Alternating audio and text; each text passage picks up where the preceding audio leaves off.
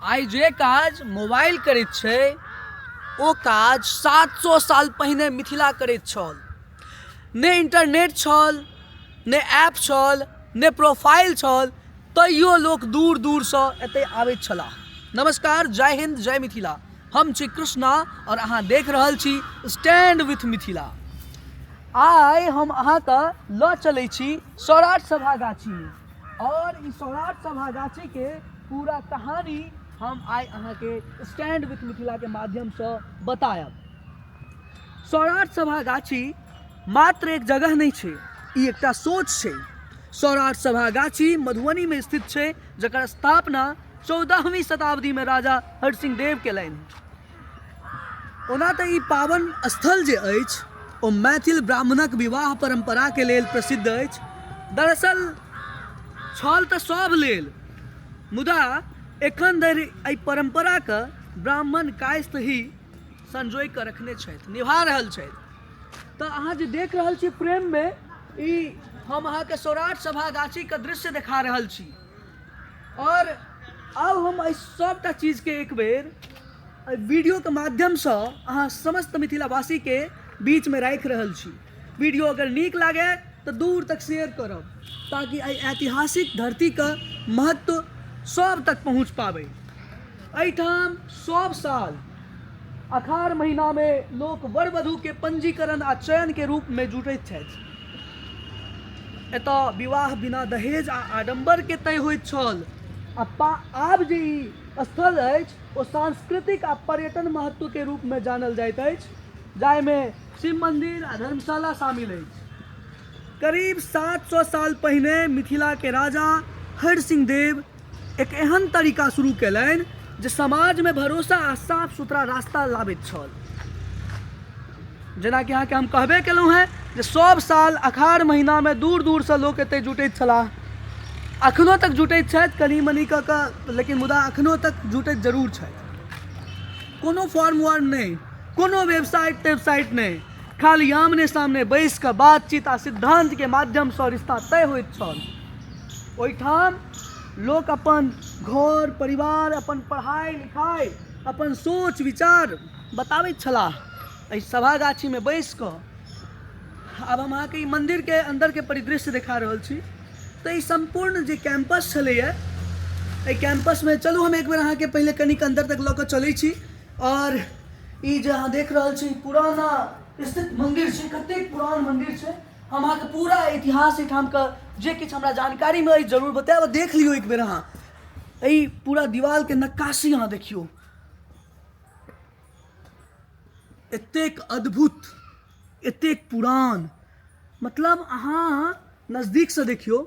अगर अहाँ वीडियो अखनो तक देख रहल छी तऽ अहाँके हम जरूर कहब जे शेयर जरूर करब। ई अपन मिथिलाके बात अछि और हम पूरा अहाँके एहि जगहके देखा रहल छी। किछु समय पहिने मतलब 2-3 साल पहिने हम, चूँकि हमहूँ ओहि समयमे 4-5 साल भऽ गेल हेतै सम्भवतः, सफाई अभियान भेल रहै, हमहूँ जुटल रही एतऽ। और देख लियौ ओहिना छै। एकरा और अगर सौंदर्यीकरण कयल जाय तऽ ई और बेहतरीन भऽ सकै छै। तो ई सबटा मंदिरके परिसरके अंतर्गत है। आओ अब हम बाहर अहाँके लऽ कऽ चलै छी और फेरसँ अहाँके हम किछु महत्व बतायब। हालांकि हम कोशिश करब जे एक बेर अंदर तक कनि कहाँ जाओ और जल्दी से देखा कऽ आओ।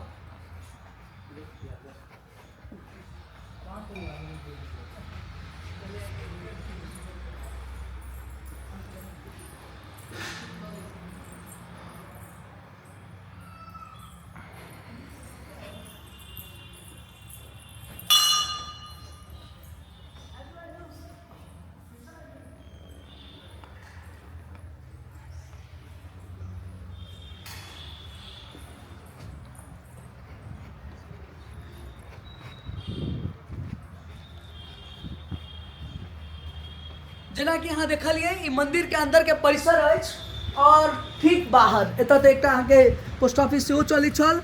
देखियौ पूरा, जेना कि हम अहाँके कहलहुँ हैं जे नहि कोनो फॉर्म वर्म होइ छलै, नहि कोनो वेबसाइट होइ छलै। और एहि सबके बावजूद लोक एतऽ पहुँचै छलखिन। ई गाछी एकदमसँ प्रसिद्ध गाछी है, जतऽसँ हम ई फ्रेम शुरू केने छलहुँ हैं, वीडियो शुरू केने छलहुँ हैं। ओहि स्थानके बात हम बताबै छी अहाँके। ओतऽ 1.25 लाख जहन ब्राह्मण पुरि जाइ छलखिन हैं तऽ ओ गाछके जे पत्ता छलिए से मौला जाइ छलिए, जेहन कि हमरा बुझल अछि, जे हम किछु सुनने छियै। ई जे स्थान अहाँ सामने देख रहल छियै, ई स्थान पर अहाँके पंजीकरण एखनो होइ छै। तऽ चलू हम ओतौ अहाँके लऽ कऽ चलै छी। एहि सौराठ सभागाछी में लोग अपन घर परिवार, अपन पढ़ाई लिखाई, अपन सोच विचार सब चीज बतबै छलाह। आमने सामने बैस कऽ देखा सुनी जकरा हम अहाँ कहै छियै, ओ देखा सुनी भी एते होइ छल। देख लियौ एतऽ एहिठाम जे छै से पंजीकरण के व्यवस्था होइ छै, एखनो तक ई सब चलै छै।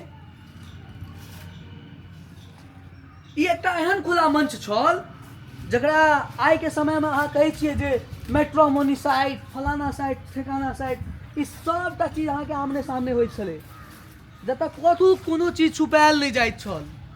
तऽ आइ जे हम देखै छियै matrimony site, app, profile, algorithm, फलाना ठिकाना, हेन टेन, सब चीज वो सब पुराना सोच के नया रूप छै। एहि बात के बुझनाइ अत्यंत आवश्यक छै जे आइ जे आधुनिकीकरण के बात हम अहाँ करै छी, ओहि आधुनिकीकरण के जे छै से गप पहिनेहे 700 साल पहिने मिथिला से ही शुरू कयल गेल रहे।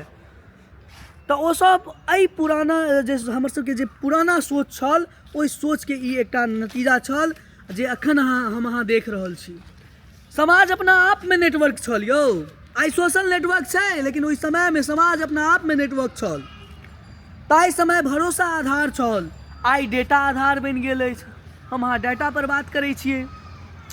एहि सबसँ कहल जा सकैत अछि जे सौराठ सभागाछी भारत के सबसँ पुरान सामाजिक नेटवर्क छल, जहाँ तकनीकी नहीं छल, जतऽ तकनीक नहीं छल, लेकिन सोच बहुत बहुत आगा छल। आई ई जगह खाली इतिहास नहीं छै, ई हम सब के सिखबैत छै जे समाज जँ मिल कऽ सोचतै तऽ सही रास्ता निकलैत छै। ई बतबैत छै जे तरक्की के मशीन से नहीं मन से शुरू होइत छै।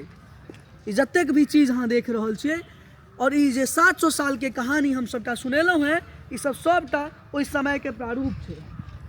जँ हम अहाँ अखन अपन धरोहर के नहीं समेटब, जँ हम अहाँ अपन धरोहर के चर्चा नहीं करब, तऽ हमरा नहीं लागैए जे आबऽ वाला समय में ई सब किछु बचत।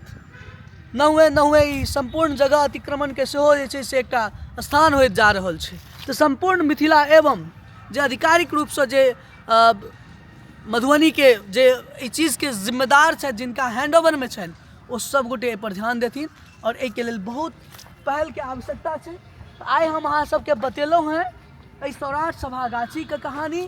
काफ़ी दूर तक ई एकर जे छै से अपन क्षेत्र छै, और जँ अहाँ सब सही में एतऽ के आसपास के छी तऽ जरूर अहाँ सब जे छै से एहिठाम जुड़ू और आबि कऽ जरूर एहि सब चीज पर मंथन करियौ। तऽ सीधी बात छै जे आइ हमरा अहाँके ई चीज पर विचार करे के आवश्यकता छै। हम उम्मीद करै छी आइ के जे हमर सबके जे ई एपिसोड छै वो अहाँ सबके नीक लागल हैत। आ जँ नीक लागल हैत तऽ एकरा दूर तक शेयर करू, अपन विचार साझा करू, ताकि हमर सबके मिथिला के सुंदर सन धरोहर पुनः सब स्थापित कयल जा सके और फेर से मिथिला गौरवान्वित हो सके। स्टैंड विथ मिथिला की काज केहन लागी अहाँ सबके जरूर सेहो बतायब, और हमर कोनो त्रुटि हुए ताहिके लेल हम क्षमा चाहै छी। फिर से भेंट करब कोनो और एपिसोड में। तब तक के लेल नमस्कार, धन्यवाद, जय हिंद।